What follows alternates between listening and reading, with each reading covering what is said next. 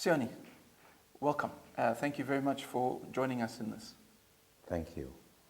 And thanks for the chance to come in and talk with you. My pleasure. Tell me a little bit about yourself. I'm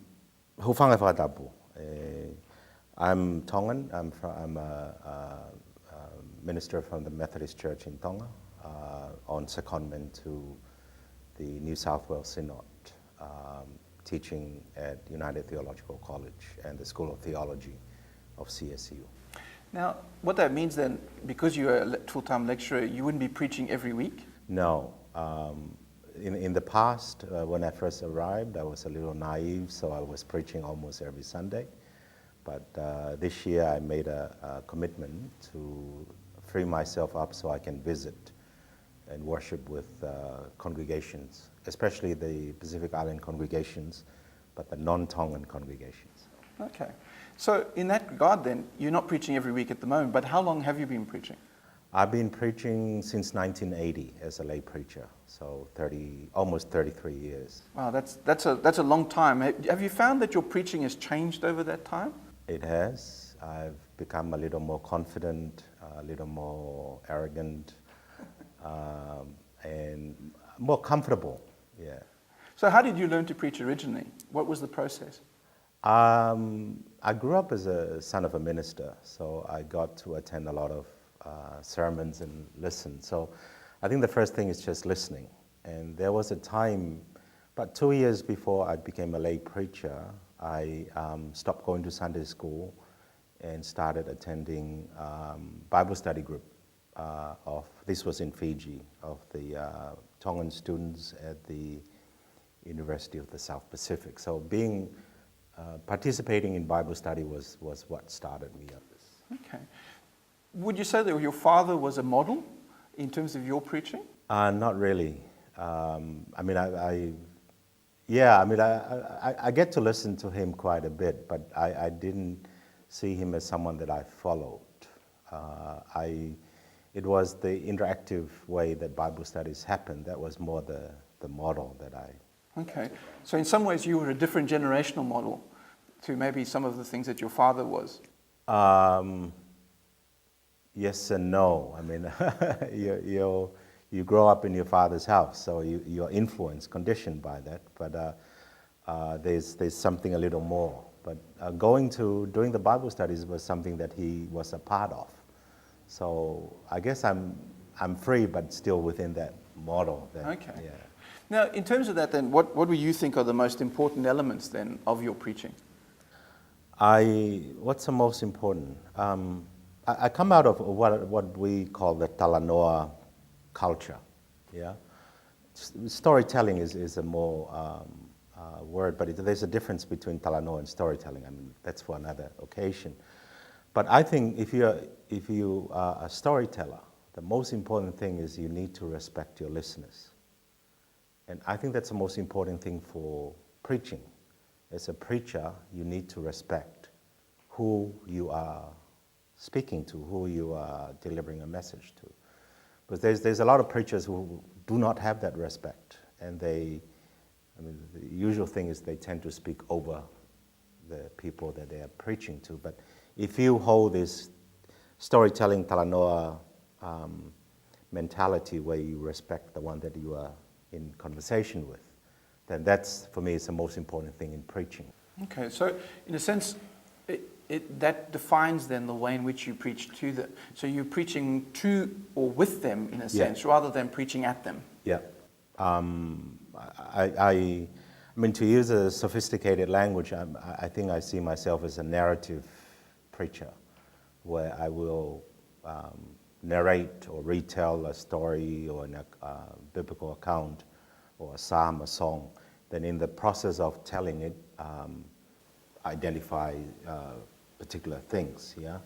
But in telling, in the Talanoa form, you're interacting also with the people that you're preaching to. Yeah. So it is narrative as well as interactive, like asking questions, like getting people to respond in the process of preaching. Okay. And then, because it's interactive, it's helpful to have a script and know where you're going.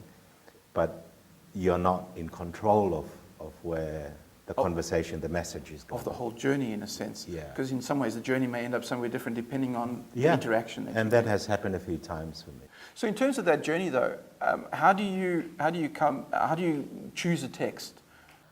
You know, as a Methodist minister, we tend to follow the lectionary, but my preference is for the Hebrew Bible, Old Testament. So I don't preach on New Testament texts a lot, but lectionary on the better side of the book. Well, you're not going to get any argument from me on that. But, so in terms of that, then, what is your sermon preparation process? How would you actually go through the process of making a sermon?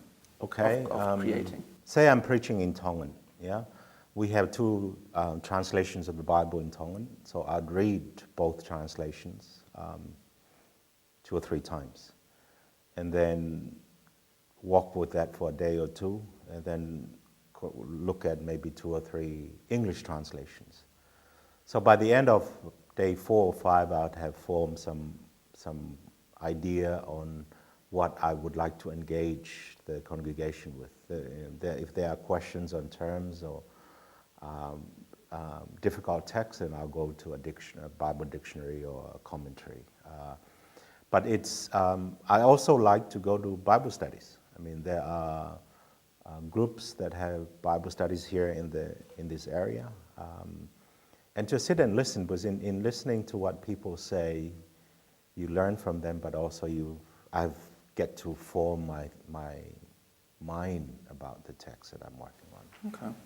So, and then at the end of that, I would, maybe 2 nights before, I would I'll write something. But then when it's time for delivery, the script doesn't control what I do. But writing the script is helping me get my mind focused on where I'm going. Yeah, so giving you some framework. Yeah. I mean, the frame that happens in the delivery is a different thing. It's a different thing.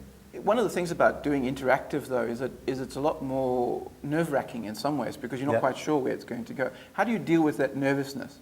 You get nervous if you're not prepared. Yeah, I think, you've probably seen some Pacific Island people get up on the pulpit and they start crying.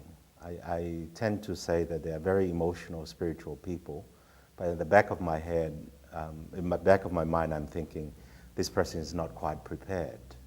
So preparedness is one way of avoiding this nervousness, because you don't have anything to say, and then you get nervous. Yeah. And I suppose that also guides the process then. Yep. Is that you can have the confidence to go down a different path because you've been prepared for it.